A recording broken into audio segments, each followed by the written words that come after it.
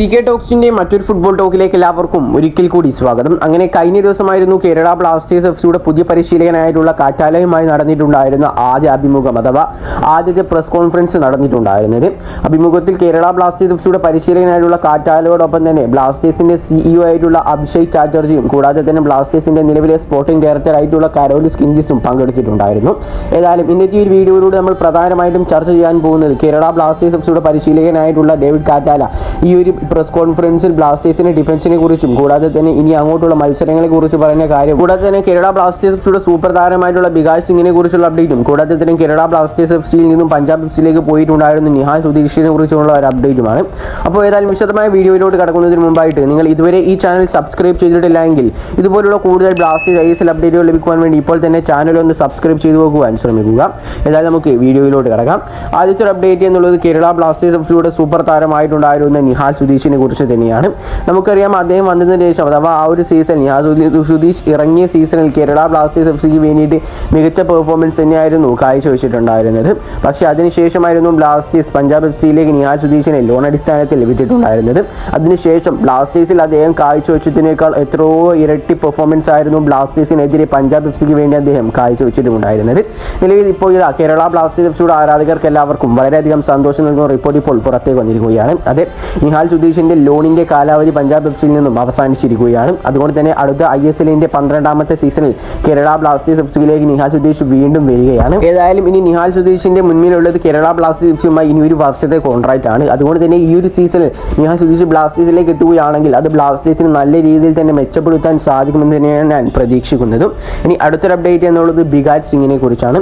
നമുക്കറിയാം, കേരള ബ്ലാസ്റ്റേഴ്സ് എഫ്സിയുടെ ഈ ഒരു സീസണിലെ അവസാന മത്സരങ്ങളിലേക്കൊക്കെ വരുമ്പോൾ ഗോൾ ലൈൻ സേവും കൂടാതെ തന്നെ മികച്ച പെർഫോമൻസും വികാസ് സിംഗിന്റെ ഭാഗത്ത് നിന്ന് നമുക്ക് കാണാൻ സാധിച്ചിട്ടുണ്ടായിരുന്നു. പക്ഷേ നിലവിൽ ഈ ഒരു താരത്തെക്കുറിച്ച് പുറത്തേക്ക് വരുന്ന റിപ്പോർട്ടുകളെല്ലാം തന്നെ ബ്ലാസ്റ്റേഴ്സ് ആരാധകർക്ക് വളരെയധികം നിരാശ നൽകുന്നത് തന്നെയാണ്. അതേ ആ ഒരു റിപ്പോർട്ടിലേക്ക് കടക്കുകയാണെങ്കിൽ കേരള ബ്ലാസ്റ്റേഴ്സ് എഫ്സിയുടെ നിലവിലെ സൂപ്പർ താരമായിട്ടുള്ള വികാസ് സിംഗിനെ സ്വന്തമാക്കുവാൻ വേണ്ടി ISLയിലെ വമ്പന്മാരായിട്ടുള്ള FC Goa, Bengaluru FC, Odisha FC, Hyderabad FC, Mohammedans SC എന്നീ താരങ്ങളെല്ലാം തന്നെ ഈ ഒരു വികാസ് സിംഗ് എന്ന താരത്തെ ടീമിലേക്ക് എത്തിക്കുവാൻ വേണ്ടി അഥവാ അടുത്ത സീസണിലേക്ക് വേണ്ടി സൈൻ ചെയ്യുവാൻ വേണ്ടി താല്പര്യം പ്രകടിപ്പിച്ചു എന്നാണ് നമുക്ക് ഏറ്റവും പുതിയ റിപ്പോർട്ടിൽ നിന്നും അറിയാൻ സാധിക്കുന്നത്. എൻ്റെ ഒരു അഭിപ്രായത്തിൽ കേരള ബ്ലാസ്റ്റേഴ്സ് എഫ്സി ഇത്തരത്തിലുള്ള യങ് പ്ലേയേഴ്സിനെയും നല്ല ടാലന്റ് ഉള്ള പ്ലേയേഴ്സിനെയും ഒക്കെ ബാക്കിയുള്ള ടീമുകളിലേക്കൊക്കെ വിട്ടുകൊടുക്കുകയാണെങ്കിൽ അത് ബ്ലാസ്റ്റേഴ്സിന് തന്നെയായിരിക്കും തലവേദന സൃഷ്ടിക്കുക.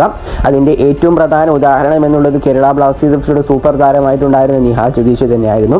അദ്ദേഹം പഞ്ചാബ് എഫ്സിയിലേക്ക് പോയപ്പോൾ ബ്ലാസ്റ്റേഴ്സിന് നല്ല രീതിയിൽ തന്നെ തലവേദന സൃഷ്ടിച്ചിട്ടുമുണ്ടായിരുന്നു.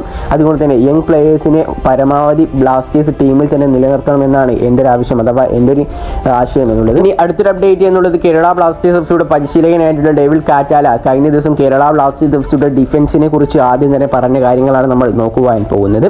ഏതായാലും മോശം ഡിഫൻസിനെ അഥവാ നിലവിലെ ടീമിലെ മോശം ഡിഫൻസിനെ കുറിച്ചാണ് അദ്ദേഹം പറഞ്ഞിട്ടുള്ളത്.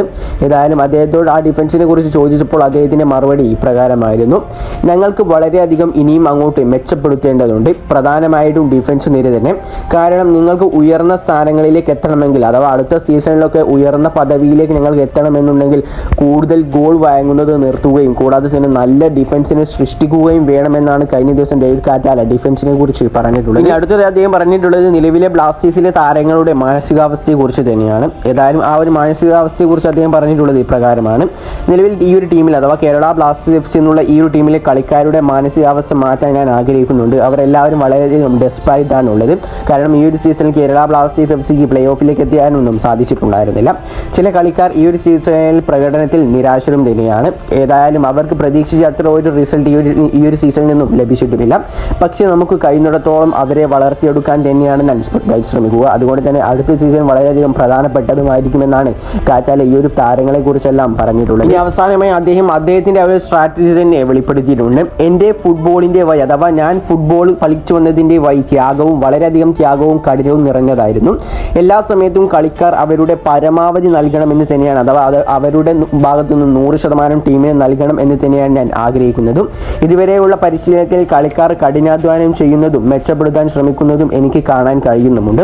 അതുകൊണ്ട് തന്നെ തീർച്ചയായിട്ടും അടുത്ത സീസണിൽ ഒരു വമ്പൻ തിരിച്ചുവരവ് തന്നെ നമുക്ക് പ്രതീക്ഷിക്കാം. അപ്പോൾ ഏതായാലും ഇത്രയും കാര്യങ്ങളൊക്കെ ആയിരുന്നു കഴിഞ്ഞ ദിവസത്തെ ഡേവിഡ് കാറ്റാലയുടെ ആദ്യ പ്രസ് കോൺഫറൻസിൽ അദ്ദേഹം പറഞ്ഞിട്ടുണ്ടായിരുന്നത്. ഏതായാലും അദ്ദേഹത്തിൻ്റെ വാക്കിൽ നിന്ന് നമുക്ക് മനസ്സിലാക്കാൻ പറ്റുന്ന പ്രധാനപ്പെട്ട കാര്യം എന്നുള്ളത് അദ്ദേഹം നല്ല എക്സ്പീരിയൻസ് ആയിട്ടും കൂടാതെ തന്നെ ബ്ലാസ്റ്റേഴ്സിൻ്റെ താരങ്ങളെല്ലാം നല്ല രീതിയിൽ പഠിച്ചതിന് ശേഷം തന്നെയാണ് ഈ ഒരു പ്രസ് കോൺഫറൻസിൽ എത്തിയിട്ടുള്ളത് എന്നുള്ളതാണ്. ഏതായാലും ഇതിനെല്ലാം കുറിച്ചുള്ള നിങ്ങളുടെ അഭിപ്രായങ്ങൾ നിങ്ങൾ തീർച്ചയായിട്ടും താഴെ കമൻറ്റായി രേഖപ്പെടുത്താൻ ശ്രമിക്കുക. അപ്പോൾ ഈ ഒരു വീഡിയോ ഇവിടെ വെച്ച് അവസാനിപ്പിക്കുകയാണ്. കൂടുതൽ ISLനെ കുറിച്ചും കേരള ബ്ലാസ്റ്റേഴ്സ് FC കുറിച്ചുള്ള അപ്ഡേറ്റുകൾ ലഭിക്കുവാൻ വേണ്ടി ഇപ്പോൾ തന്നെ ചാനൽ ഒന്ന് സബ്സ്ക്രൈബ് ചെയ്യാനും വീഡിയോ ഒന്ന് ലൈക്ക് ചെയ്യാനും കൂടി എല്ലാവരും ശ്രമിക്കുക. അപ്പോൾ മറ്റൊരു ബ്ലാസ്റ്റേഴ്സ് ISL അപ്ഡേറ്റുമായി ഞാൻ വീണ്ടും വരുന്നവരേക്കും എല്ലാവർക്കും ഗുഡ് ബൈ.